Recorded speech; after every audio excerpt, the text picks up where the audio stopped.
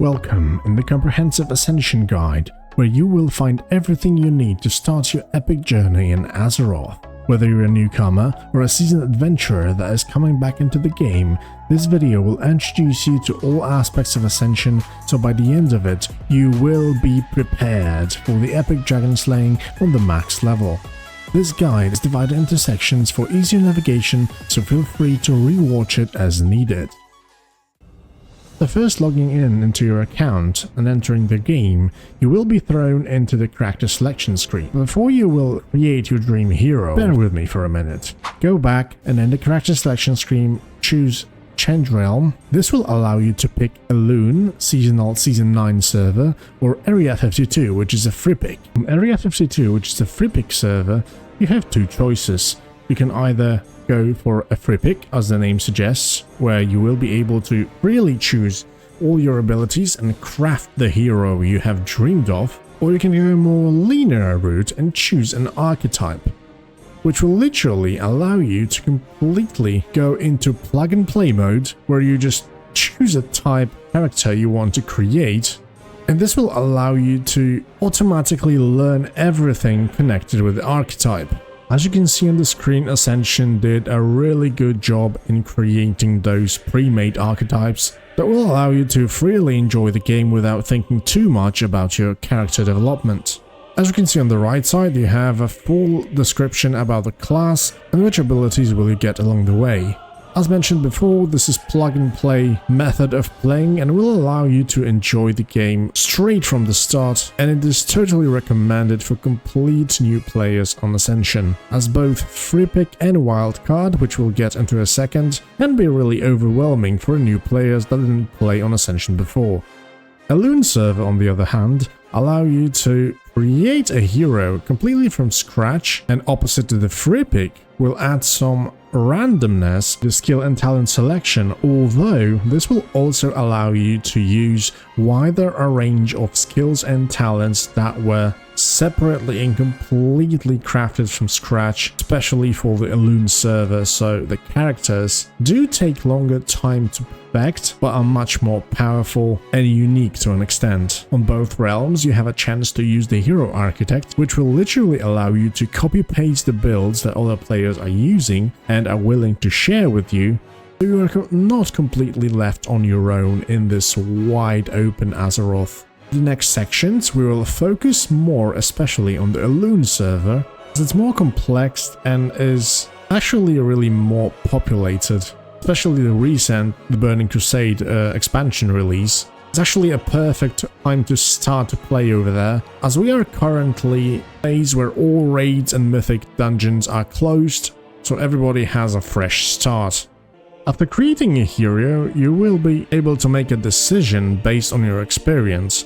Whether you're completely new to WoW, this will allow you to turn on all the tutorials, connecting WoW itself and the Ascension on top of that.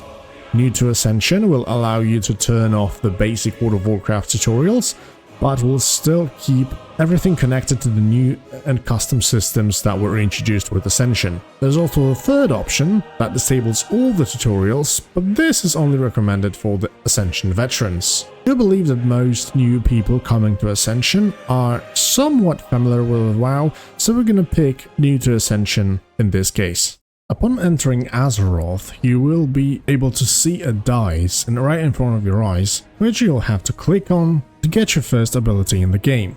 Randomly, of course. Then, you will have to make a decision which statistic you want to focus on.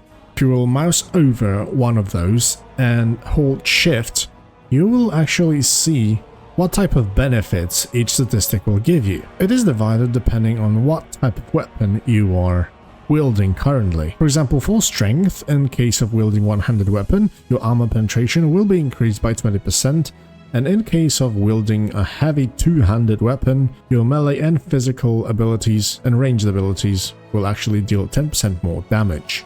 Those can be changed during playing at any given point of time, except of being combat, so you don't really have to worry about it too much. Just choose the one that actually fits the first ability you have actually picked. So we have rolled Backstab this time, so we're going to just pick Agility for rogues. As you can see, we have received information that we can change the primary stat in the character advancement sheet, which we can click on. This also opens with the hotkey N, and we get a window that is basically tied to our character progression.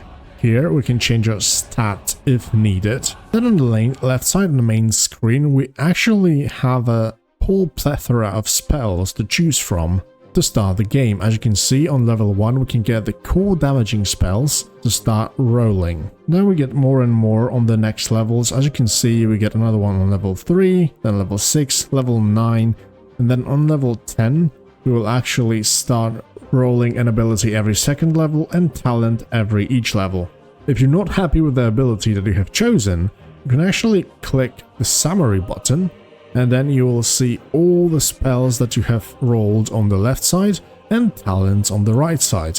Talents unlock on level 10, so this will have to wait, but if you're not happy with the ability you have chosen, you can just right click and click and learn. This will give you a completely new ability.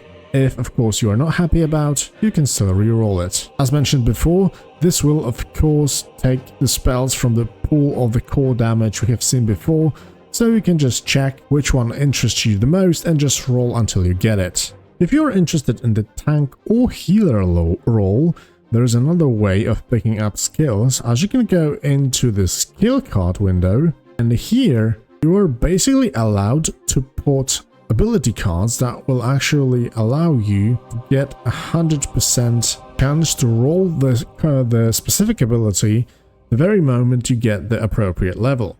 Those starting skills are only connected with the healers and tanks, so as you can see, we can get, for example, a bear form, and to top it off we can get iron fur for tanking, or for healing we can get purify to dispel stuff, for a resurrection spell of course, or some stances for tanks, for example. On the right side you can see the required levels. As you can see, unlocks at level 10 plus, but there are some abilities that can be rolled on level 1, and this will allow you to easier get what you require. You slot it in, click activate, go into character advancement, go into the summary, unlearn it, and as you can see, I received Dark Apotheosis because I have carded it actually.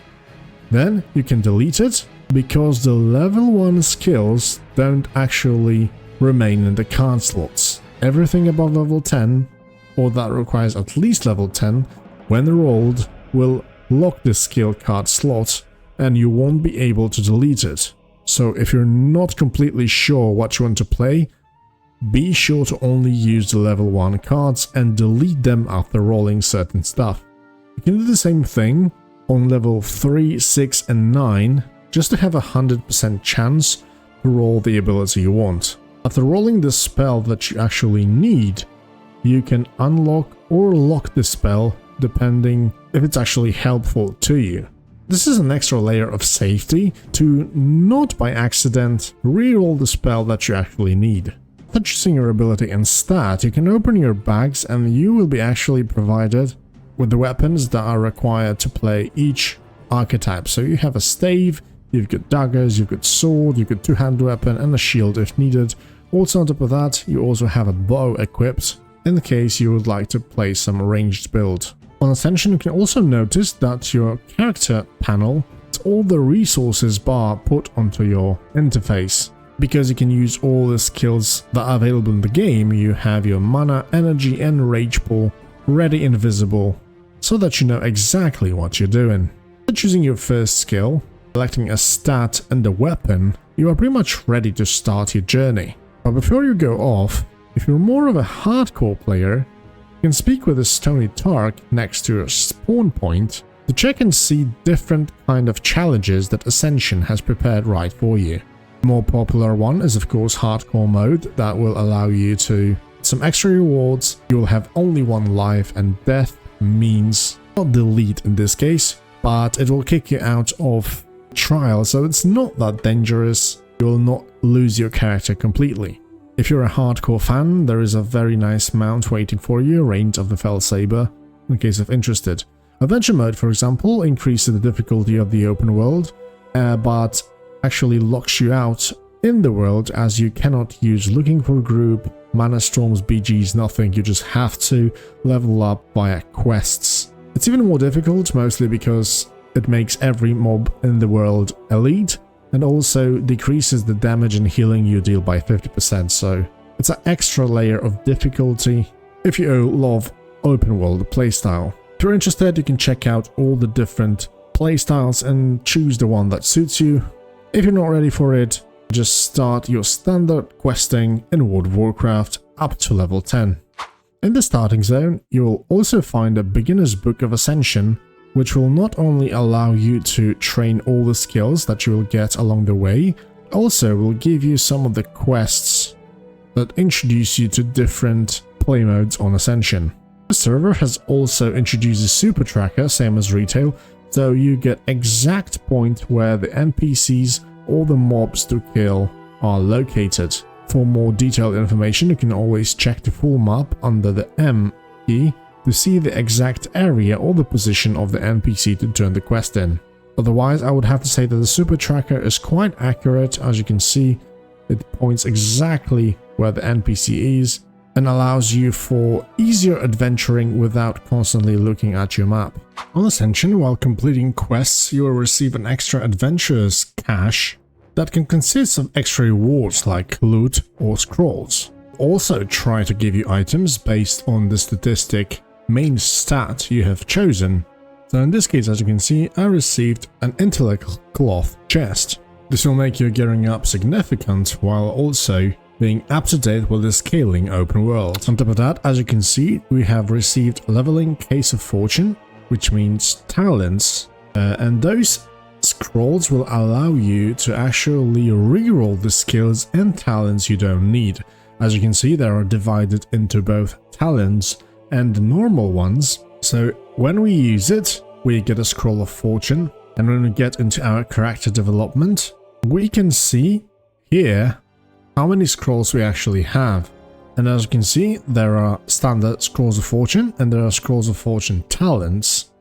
And the difference between those are that the talent ones can only be used to reroll the talents, while the standard ones can be used for both skills and talents.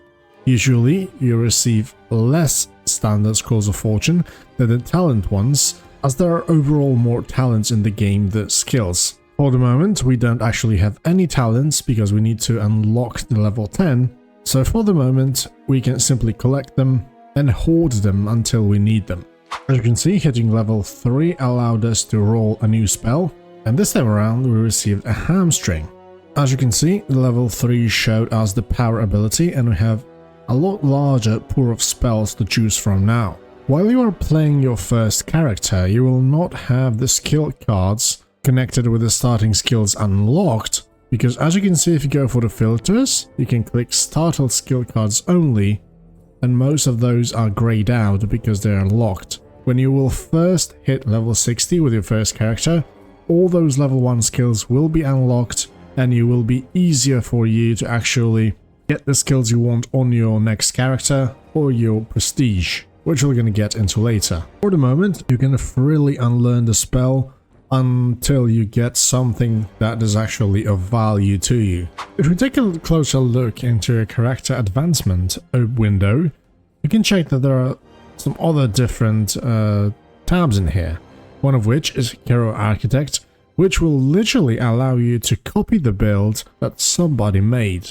Of course, this will not disable the wildcard mode, so you'll still receive random abilities and talents along the way, although this can provide you with the basic overview of which abilities and skills and talents are needed for the build to work. Those builds were actually accepted and reviewed by the Ascension staff themselves, but those were usually people that know what they're doing. Before you start leveling, it actually could be worth it to take a look at those builds and see which one actually suits your playstyle. But if you're not really into reading the walls of text, you can just simply go on and see what fate will bring you.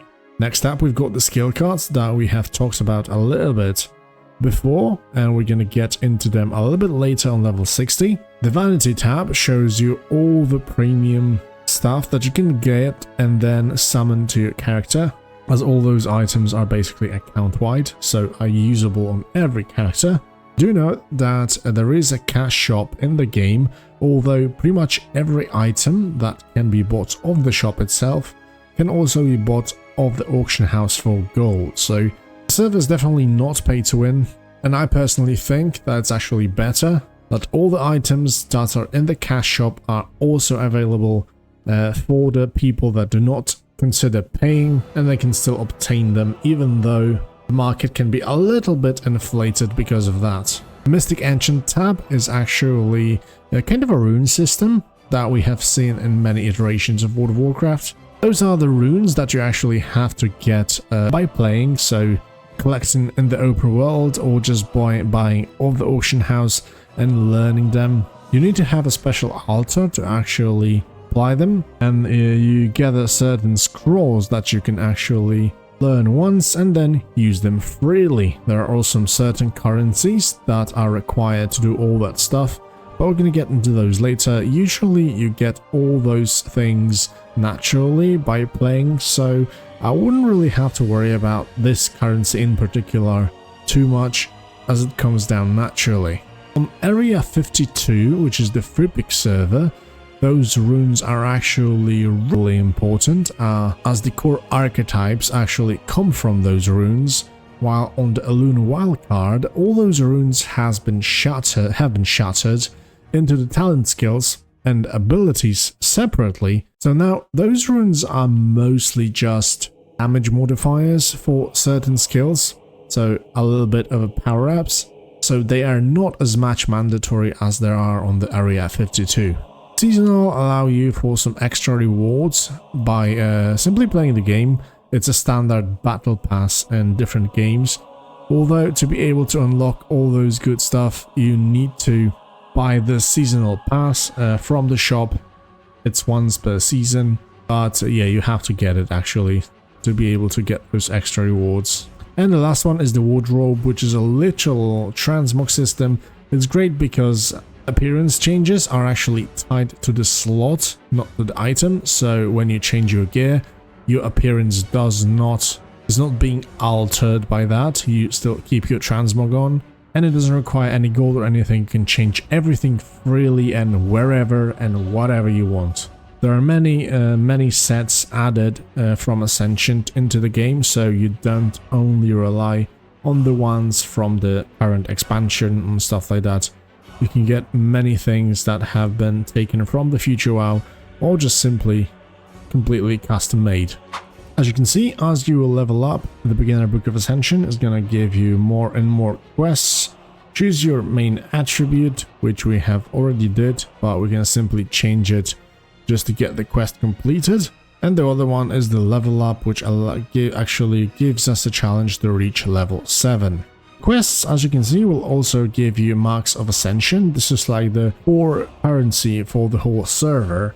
And there are many things that you can actually spend it on, but the most important thing that you can buy for Marks of Ascension are the scrolls for rerolls.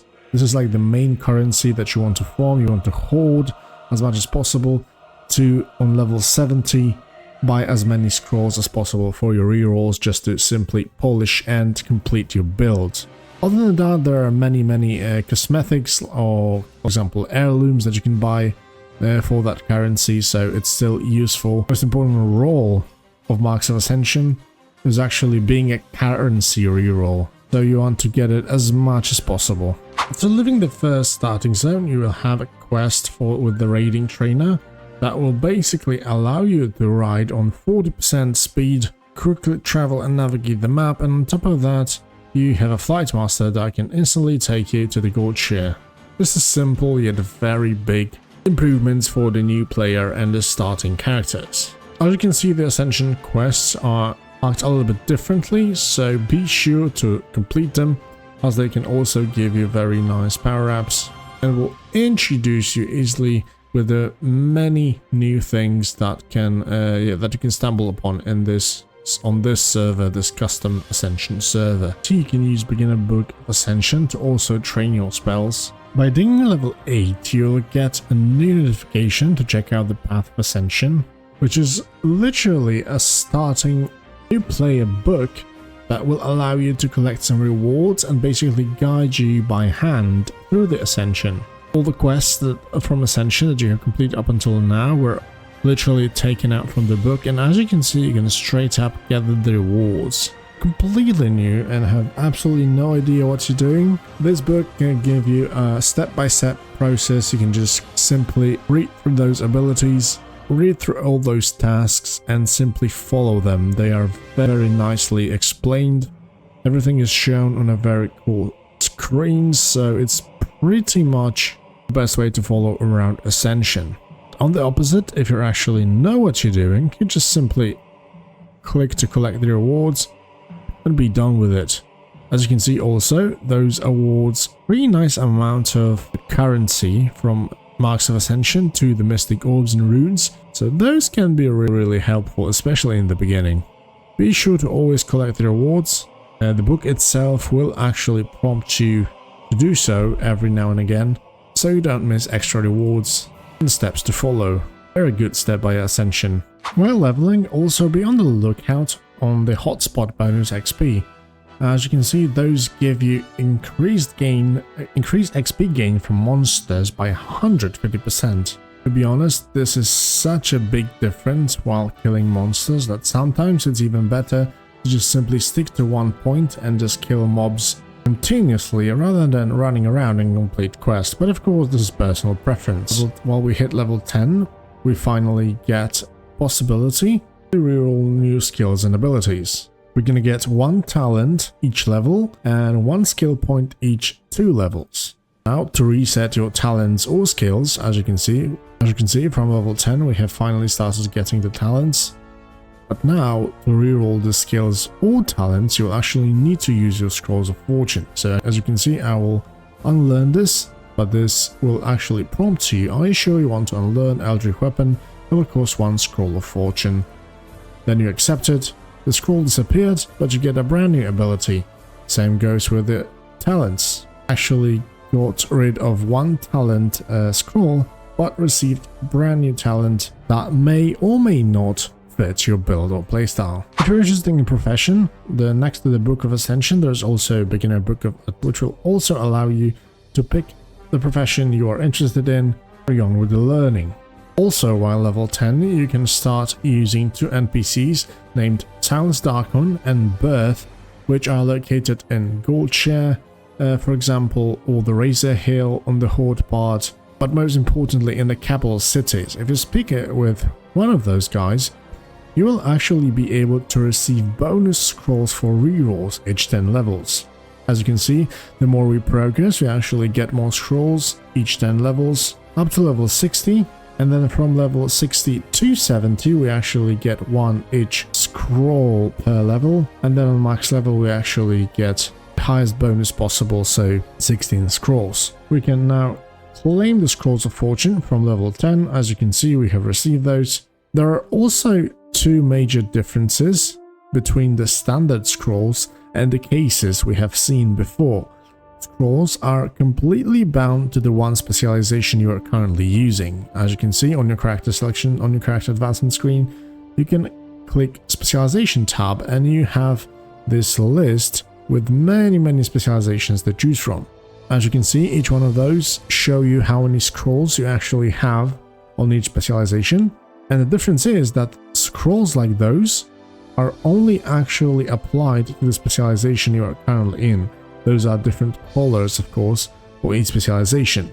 But if you are open a case of Fortune, the cases are actually applying scrolls for all specs, even those that are not yet unlocked. This means that basically collecting the cases from many other activities in the game, basically all activities in the game, is actually more profitable, because even if you don't have the specialization unlocked yet, which can be bought off, for example, for honor, from auction house, for gold, all different sorts of stuff, you still gather scrolls for those specializations, and later down the line on level 60 you will be able to freely switch between those specializations without losing any progress or anything. Thanks to that, we will be actually able to farm scrolls on our most powerful specialization just to fool around with something else in free time. Another thing is that on Ascension, the dungeons are actually unlocked from level 10, so the dungeon finder. So you can, from level 10, you can freely choose what you want to do next. You can go into PvP, battlegrounds, those are also available from level 10. You can do dungeon finder, you can do open world quests and stuff like that, or you can decide to choose the new feature, which are the Manastorms. As you can see, the potential rewards are many cases of fortune. There are also talent skill card packs that we have talked about earlier that will allow us to further develop our character, but we'll get into that later.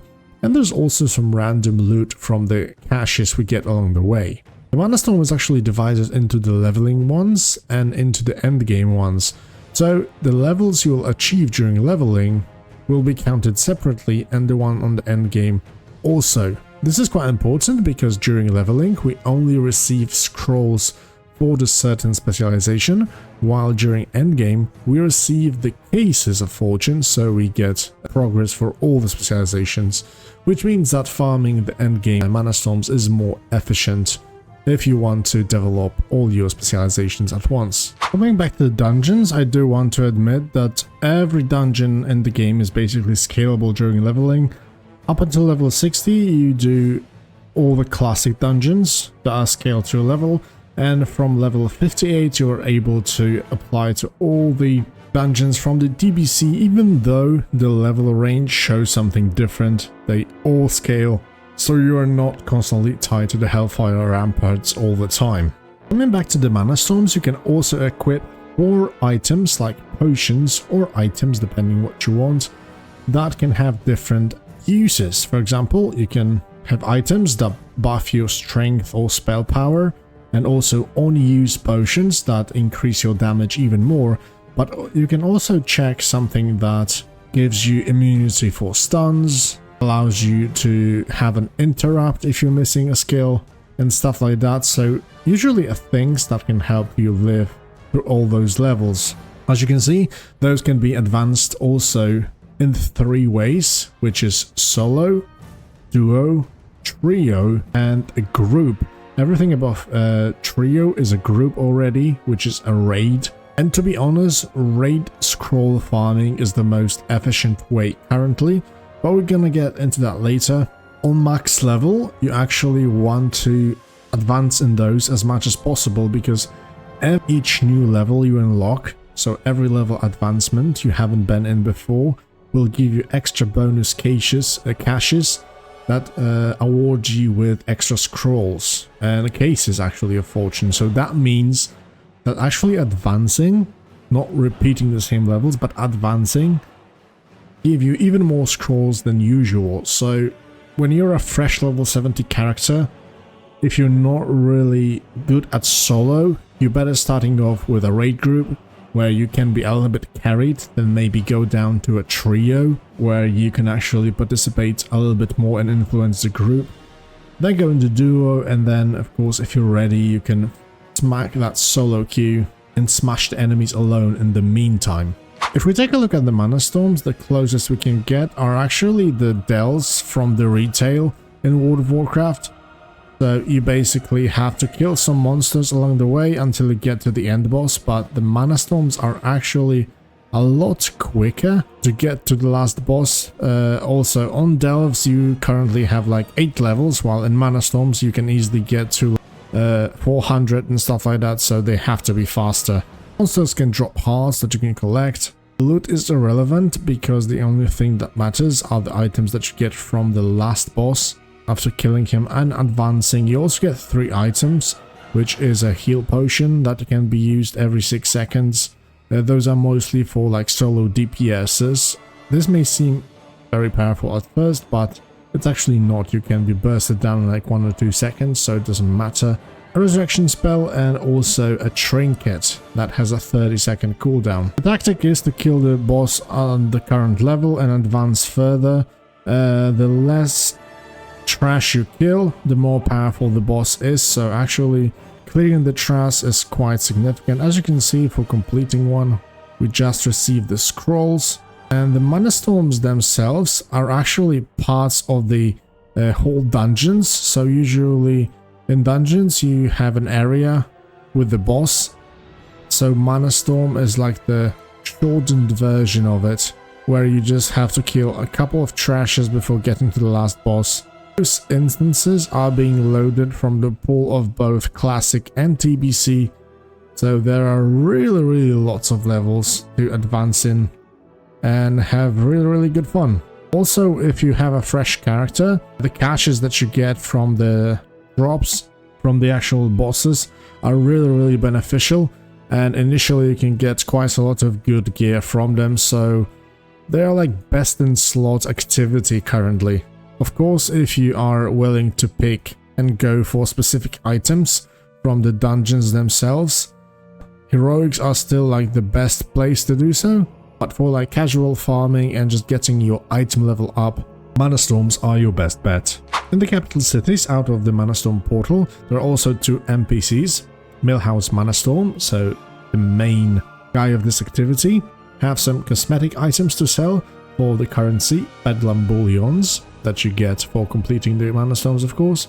He's got some sets, mounts and stuff like that, so things to check out. He also have some of the convenience items, so spells that are not really in the roll pool, like for example Levitate or Picklock.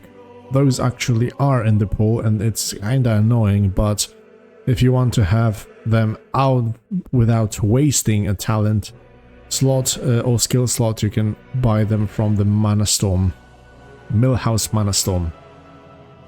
And his robot, on the other hand, all the items needed for the Manastorm, you need to farm the currency, and then you can actually buy more powerful versions of all the potions and stuff like that that you take into the Manastorm itself.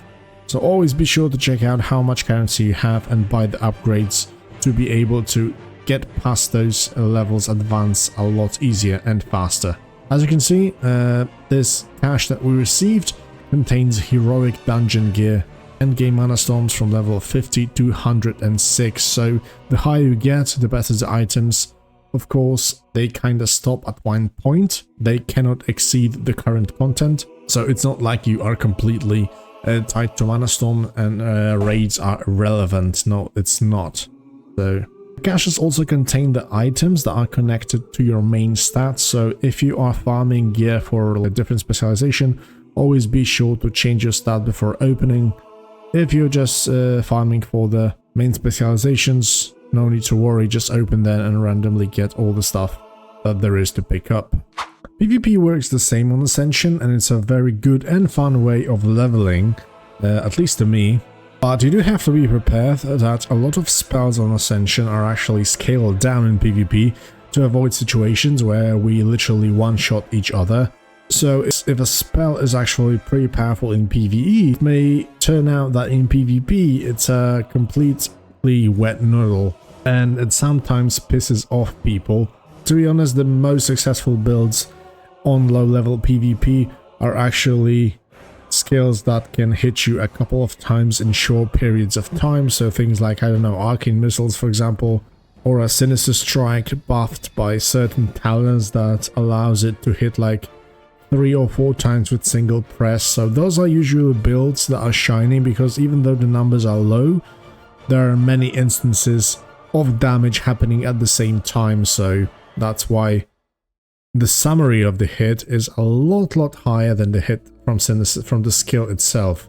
So you kind of want to stack as much as possible into 1-2 skills, and then you can be kind of successful in PvP. But with all the randomness all together, PvE is pretty hard when you're starting out, so PvP can be pretty frustrating as well.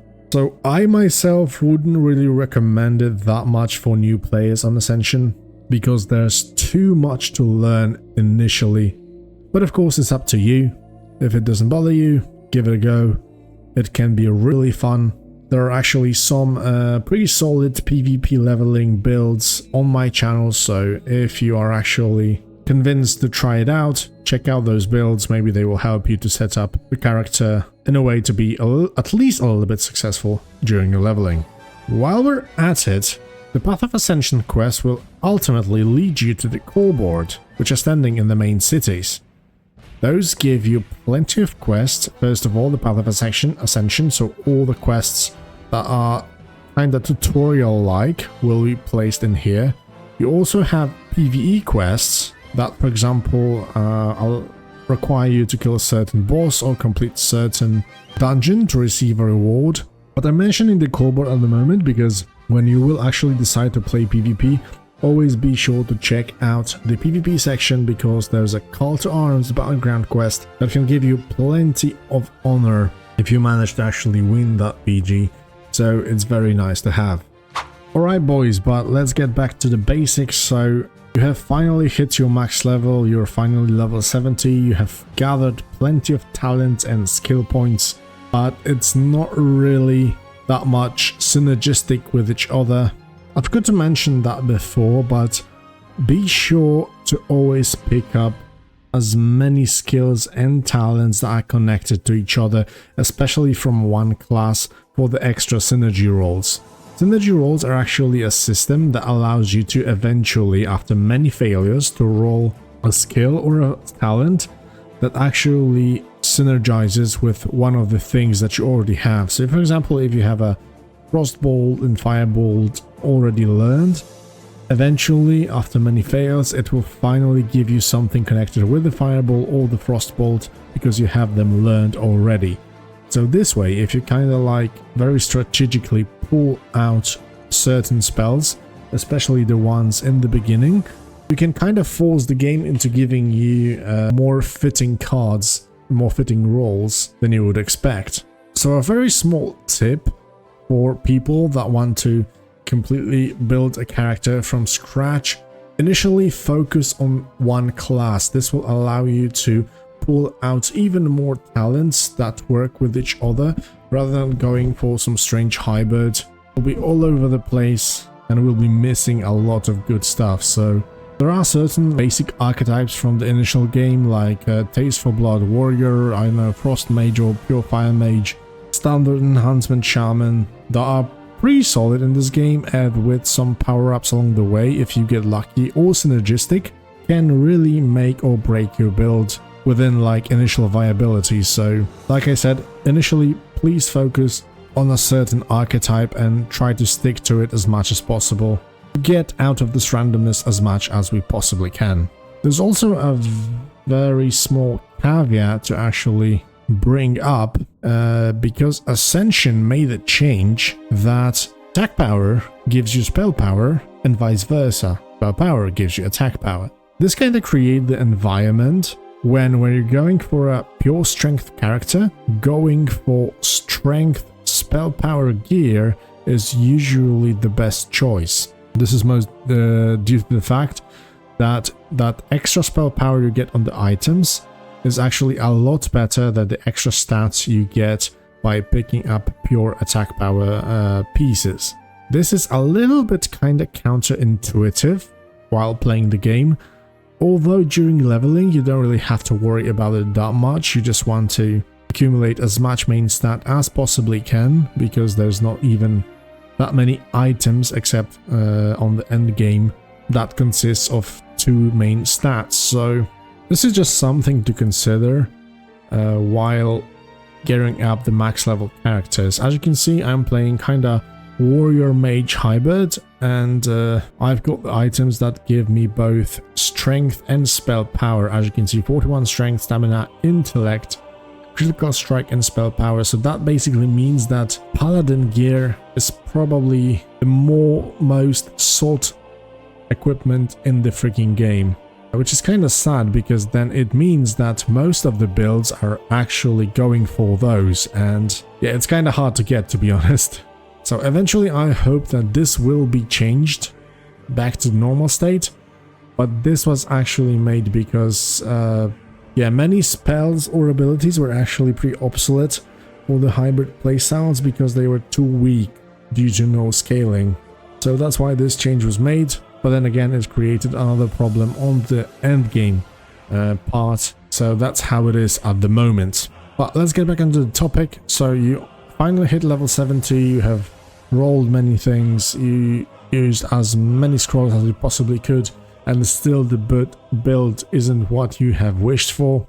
So we're finally entering the endgame content. First thing you want to get, of course, as a new player and a fresh level 70, you want to get as many marks of ascension as possible to buy those extra scrolls for rerolls. To do so, the first and easiest way actually is doing some daily quests, which basically require you to go out in the open, kill some stuff that are marked in your quests, come back, turn it in, and then for those quests you receive both marks of ascension, you receive a lot of mystic ancient stuff that you will accumulate so many that you will no longer care about it anytime soon, and of course the most important, not the most important, but the second most important, Callboard cash, which basically also consists of heroic gear. So you're not only farming marks of ascension to reroll your build, but you're actually also farming initial gear to be able to get into some heroic dungeons, for example, or even starting raids if the stars align and allow you to get some good stuff for your build. As you can see on the right side of the quests, there is actually quest completion threshold, which means that gives you a number how many times during that day you can complete this quest, and usually those are capped at 7. So if you're not playing for 7 days straight, you will be able to complete 7 of those daily quests from the Callboard. This is a good catch-up system in case you are not playing, because you can just jump into the game, quickly knock out those quests, and get those precious marks of ascension for rerolls to be able to further develop your character. So this is the most important and the first thing we should actually do on level 70. With the collected marks, we go to Silas Dark One, and for each 3000 marks of ascension, it's actually a little bit lower for a fresh 70, but then it eventually caps out at 3k per stack. You get 1 scroll of fortune, 2 scrolls of talents, and 1 sealed card pack and a talent card pack, which means that this actually advances your character because you not only get your rerolls, but you also get card packs that can be usable in the future. You can buy it with the bundles if you just click this arrow up, and bang, you have received the scrolls for rerolls. But you also got the card packs. If you will collect many of those, you can open them in one big bundle. I've got like 85 in those, and thanks to that you receive all the new cards. Unfortunately, I have almost all already opened, so it doesn't show anything for me. This time actually it did show, because it only shows you the cards that you do not already have. Because previously you had to click it one by one, and it was so time consuming and annoying that finally Ascension decided to make it in a bundle, and this was a godsend actually. Those cards are actually separated in boats. There are like normal card packs, one for skills and one for talents, and there are also golden card packs that can only be collected from finishing up this progress bar, and this progress bar is actually filled by getting the duplicates from the cards. So the time you get a card that you already have, this bar fills in, and if it goes to 100%, you receive 1 golden skill card and 1 golden ability card. So this means that collecting standard cards will also develop those. And the golden card packs are actually needed to put in here. As you can see in this UI for the skill cards, you have 3 slots in here for the normal skill cards and 3 slots in here for the golden skill cards. Same go for talents, you have 4 slots for the normal ones and 4 slots for the golden cards. They do not differentiate in any other way, this is only a matter of slots. It's kinda annoying, I know, you have to like farm the same card just for a different slot, but unfortunately what it is. Certain normal card slots, cards can be actually unlocked in the open world. You can find it in my description of the video, there's a link. So if you're looking for a certain card, you can just type in the search bar on that side and it will actually show you if it has been found and where to actually get it. Another thing to consider with the skill card is to not really be that hasty about slotting them. Of course, if you have something very cool for your build that can improve the playability or damage by quite a lot, go for it. It's not like you have to keep all the slots until the very end. But the basic premise is to keep those skill card slots until the very end of completing a build, where your pull to get the abilities you wanted is a lot slower and the chance actually decreases by quite a lot. This is the moment where the card slots come in. Then you slap those missing pieces that you have and reroll them automatically, because the skill cards are 100% guaranteed for that certain skill or talent. So this is the perfect way of actually finishing the build, especially that from my observation, this is not by any means confirmed by the Ascension team or anything, but after rerolling so many builds, it seems to me that when those couple of talents and skills are left, I don't know, it just seems to me that those synergy rolls simply don't work. And it's very, very hard to actually roll those abilities that you really need. So that's why carding system comes in very handy at that point. Although if you're a completely new player and if you get a very good card that fits your build, go for it. It's very unlikely that you will be playing for like a whole season with your first build. It's very unlikely. So don't worry about it, you will eventually reset it or prestige and start over again, so don't worry about it too much. If you get something good, just slap the skill card and get that skill just to improve your own experience. Okay, as for the moment, let's get back to the Mystic Ancient stuff, just to show you exactly how does it look like. Look for those Mystic Altars, usually around the Callboards in the main cities. If you come to it, you can see this UI pop once again. As you can see, we have plenty of things slotted already, and most of those things are some kind of utility or just damage increases overall. I have a pretty huge base of those myself already. Many of those are pretty useless. The search bar is very helpful because if you want to buff some kind of ability, like Shadow Bolt, you just type it in the search bar and it will throw you all the modifications you can actually apply. If you delete the filters, it will actually also show you the modification you don't really have learned just yet. And you can, for example, buy them off the auction house.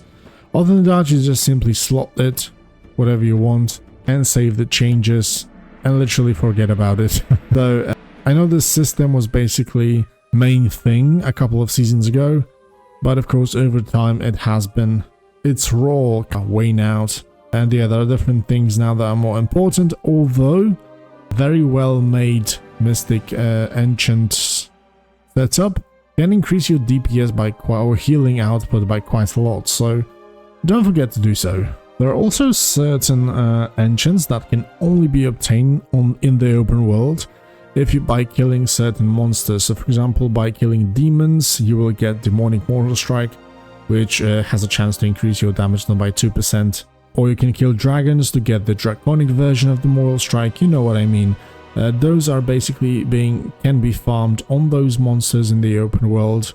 So if you get a certain skill learned and you start killing people, then there is a chance that actually a scroll will drop that allows you to learn one of those skills. Okay guys, we are actually back to farming the scrolls, because like I said, when you're fresh level 70, the most important thing to you is actually to get as many scrolls as possible to polish your build before you enter the true endgame and start farming for gear.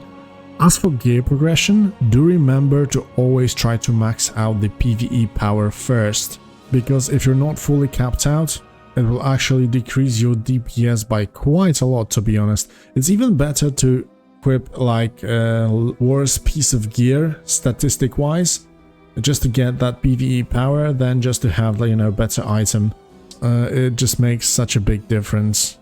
As you can see, I was still leveling from level 60 to 70, and I wasn't able to actually completely switch my gear, so I still have to farm a little bit for more PvE power. So yeah, this should be like your first aim when it comes down to gear. As for the scrolls, we are literally getting them from pretty much basically everything we do. From BGs, we get it by completing the battleground. In the open world, we can get it from quest caches and from the mobs themselves, because they have a very small chance of actually dropping from the monsters themselves. In PvE, we can get them from like heroic dungeons, for example, by completing the quests from the Callboard. Same goes for the open world, but the most efficient and fast way are actually the Manastorms. Like I mentioned before, you want to start advancing in all those levels. Solo, duo, trio, raid, doesn't matter. Try to advance it as much as possible because you have a higher chance of actually getting the bonus Ascension cash, which gives you extra scroll. And by extra scrolls, sometimes they can even contain like 6 or 5 in one cache. So very good way of doing, especially with the raids, because on those lower item levels and when you are a flesh player, there's actually chance that the whole group will actually carry you and you will just run around after them, simply collecting loot and all the good stuff. So if you see on the world chat that somebody's advertising a Manastorm scroll farm group that is starting from level 0, make sure to whisper them straight away. There's also one thing to mention here. If somebody is creating a group that starts at level 50, when you didn't advance at all previously, you will not be able to join to them. I can join, but then they will not be able to teleport to the Manastorm. There is actually a small difference that allows you to go in, but I'm not exactly sure how many levels. I think it's around 20 or 25 maximum, so if the difference is that small, you can go for it without too much problem, but if it's higher than 25, I actually would consider finding another group, as you won't be able to finish this with them anyway. When it comes down to gearing, when you go into the PvE section from your Path of Ascension book, you can actually check that there are complete thresholds put onto the raids that you're required to get. So basically, to enter Karazhan, you need item level of 92. To enter the Rerolls rare, you need 95. To enter Macteridans, you need 100. And the list then goes on. So if you're not sure what's the level entrance, you can check it out in here. Although on Ascension, it's a little bit different because nobody really cares that much about the item level, but your DPS, because the differences from the new player up to the fully fledged builds is pretty significant. I mean, new players do like at maximum around 4 or 5k usually, while like the best builds in the game in Classic on level 60 were doing around 100,000, so you can just imagine the difference. But let's talk about those differences first, because you will be farming those scrolls, but you more or less want to know what to actually look for. Except for the fact that you should probably be using the hero architect, like I mentioned before, for your first character. But if you're actually opted to try it out yourself, there are many things in the game that actually increase the damage of this certain skill, for example by 10% and stuff like that. The thing is that there are many modifiers like that, and you can actually slap so many big numbers because of the percentages from the skill, and that's why there are such big difference in the damage done. Especially that there are many talents in the game, like the one here, that increases all your damage done by 3% when it's maxed out. Imagine that you actually gather like 5 or 6 talents like those, because there are that many, or even maybe more, that increases all your damage by 20% all the time and stuff like that. It's pretty crazy with all the other modifiers that are already put on top of the certain skills, and it's already multiplied by another 20%. And just imagine how crazy the numbers can get. So, like I mentioned before, if you're going for your own build, try to slap as many skills kind of synergistic for each other and that are from one archetype or class. This way you will actually maximize the synergy rerolls and aim for things that, for example, increase your crit, increase your overall damage of that certain ability, or all those all damage done modifiers are pretty damn good as well. But also don't forget that there are many things like utility wise, which is, for example, Maelstrom weapon that allows you to instant cast certain things while in melee, or some things that, for example, apply some buffs or debuffs on enemies, which can further increase your damage as well. But we could talk about the builds for a couple of days straight, so I'm gonna keep it at it for the moment. We're gonna finish this. Okay guys, but let's face one thing. Maybe you actually did fail to create some kind of playable build, or you just simply don't like it. There's actually a way to reset it. If you go to Chromie, that usually stands next to the Callboard in the main city, there's actually a way of resetting your level, meaning the prestige mode. The only thing that is being deleted from your character are your skills and abilities. You are being reverted to level 1. You get a reward with prestige cash with some marks of ascension and mystic runes. The caches actually contain pretty nice gear on top of some extra free stuff. But the main reason of doing that is actually that you can completely reset your character and start over once again, while kinda keeping your progress. Because when you go down to the Silas Darkmoon, you can actually repurchase the scrolls. My option is kind of locked at the moment, but you can repurchase those scrolls for lesser amount than you usually buy standard scrolls of fortune for your current specialization. Although the scrolls that are available for repurchase are only the ones that you've got from the cases of fortune, not the standard scrolls that you can, for example, buy from the Silas. That's what I meant, that the cases are the more important because they not only apply to all your specializations, but are also marked for your repurchase, which allows you to not lose progress entirely while prestiging. There's also another way to reset your character without prestiging back to level 1. There's actually a guy here in Moonglade named Gabriel Mewell that for assault that you can buy from the NPC nearby, he can actually reset completely all your abilities and scrolls that have been used for this certain spec. In this case, it shows me only 73 abilities and 110 talent rerolls, but this is only because I haven't used that many of the scrolls on this spec, so those scrolls from him would actually add up to those that we already have, meaning that I would have even more rerolls. Those rerolls, those resets are actually available only after a certain ability gets nerfed by the development team. So if you do have many specializations and, for example, one of those, you can see in the changelogs that the skill has been nerfed, you can come to the Gabriel and he will reset you for free. Though in reset, and we do have quite a lot of scrolls, we of course have rapid rolling thing that we can use for faster rolling. It's pretty simple to use. You just type what you have, what you want on the left side and mark it, and what you don't want from your current skills on the right side, and you click continue, and he will constantly roll the spells until you get something that's useful to you that you have marked on the left side. I've got a complete and comprehensive video about the rapid rolling on the channel, so if you're interested in that certain thing, you can check it out. So we're not going to be diving deep into that in this video. When it comes down to the end game, there are actually many activities to do. There are the mythic pluses, which are not yet released on TBC, but this is just a matter of time. Mythic pluses to tackle and to overcome the higher we can get. There are of course raids on different difficulties like normal, heroic, mythic, and then on ascended.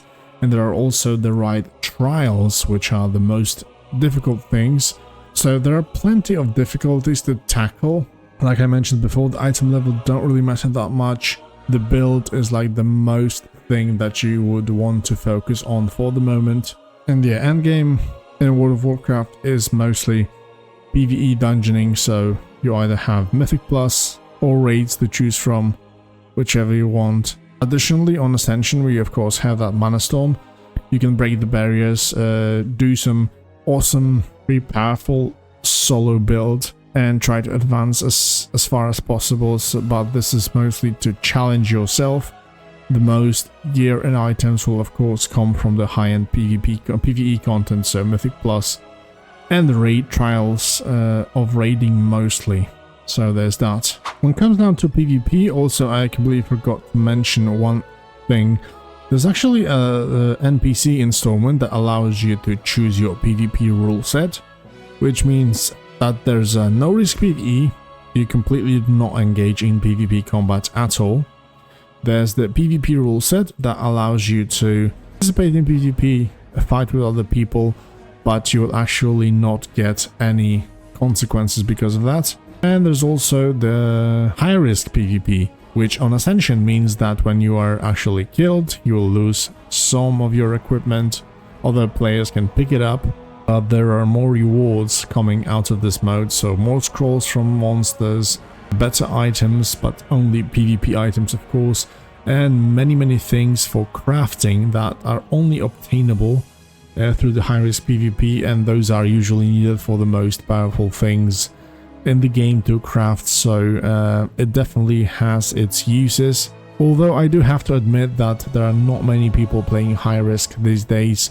During leveling, before, the open world was pretty lively and there were many people actually trying out the high risk. It was pretty fun, the PvP during leveling. Unfortunately, when the Manastorms actually did hit, most of the people turned into the Manastorms for very fast leveling and stuff like that, so high risk is pretty safe during leveling, let's say. On the max level you can still find people lurking around trying to find some easy kills, so if you're a noob player I wouldn't actually recommend it that much, but it's definitely something to consider in the future if you want. So let's quickly also talk about actually creating and managing your build, because there's a very amazing way of actually looking for things that can interest you. For example, let's focus that you picked Frostbolt to actually base upon. So you type in Frostbolt in ability cards, and you can see actually all the Frostbolt related skills in the game. I do actually have all the skill cards, so but if you don't have, you can also check the not collected ones and they will show you everything that you need. So you can see that if you want to use the Frostbolt, you also have things like Waterbolt that uses Frostbolt modifiers, which basically means that it's the same spell but maybe has a little bit different effect, but it's scaling of the talents from the Frostbolt. So that means that everything that improves damage from Frostbolt will also improve damage from Waterbolt, and that's how it looks like. That's how it works actually. Hydrocalls, for example, are a literal Frostbolt spell, but it has additional effect, as you can see, because it actually bounces between the targets. So it's like we can pick up Frostbolt for a single target, Hydrocalls for example.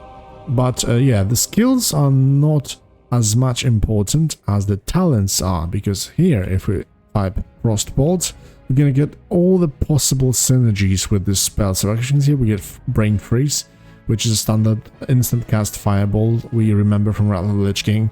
Charged Eyes, for example, has some extra effect. Core Dark Thoughts, dealing damage with Frostbolt, has a chance to make our next Mind Blast instant. Conductor, casting Frostbolt and Frost Nova grants 2 stacks of Conductor, and Conductor actually increases the damage and reduces the cast time of Lightning Bolt, so those are very nice synergies, and those are basically the things that you can build upon for like a core rotation spell and stuff like that. And then if you have like your core rotation, then slap some extra damage modifiers on top of that for the big badass DPS. But let's continue with this. As you can see, this is how you actually look for synergies between other spells. If you're interested in some kind of Frostbolt build, you want to go through all those synergies, how things work with each other, and then choose those. Then when we, for example, we would choose Conductor, like in here, that I'm interested, I want to connect, like, you know, Lightning Shaman with Frost Mage. That would be pretty cool. So I'm interested in a Conductor, so I'm going to go for the ability cards and I'm going to check Lightning Bolt. Then I will get all the synergies, and I can already see, for example, that Energy Bolt is the same as Lightning Bolt, and it also uses its modifiers, but it uses energy instead. So that would actually mean that we could get some very nice mana efficiency thanks to that. On top of that, we don't really have that many other modifiers in here, but we do have Elemental Mastery, which is a cooldown that allows for instant cast or air ascendance as well. So not much here to look for, but when we type in Lightning Bolt in here, we get completely new wall of text to go through in connection with all the different synergies. We've got the Conductor, And there are many other things, like something Hydromancer, for example. Dealing damage with Frostbolt and Frost Nova applies Doused. Doused makes our target wet, which taking damage from Lightning Bolt or Chain Lightning will cause Electrocute. Deals 300 Frost Storm damage and incapacitates the target for 2 seconds. So, as you can see, it's actually a perfect synergy with that another Conductor spell we have found before. So those could work with each other very well.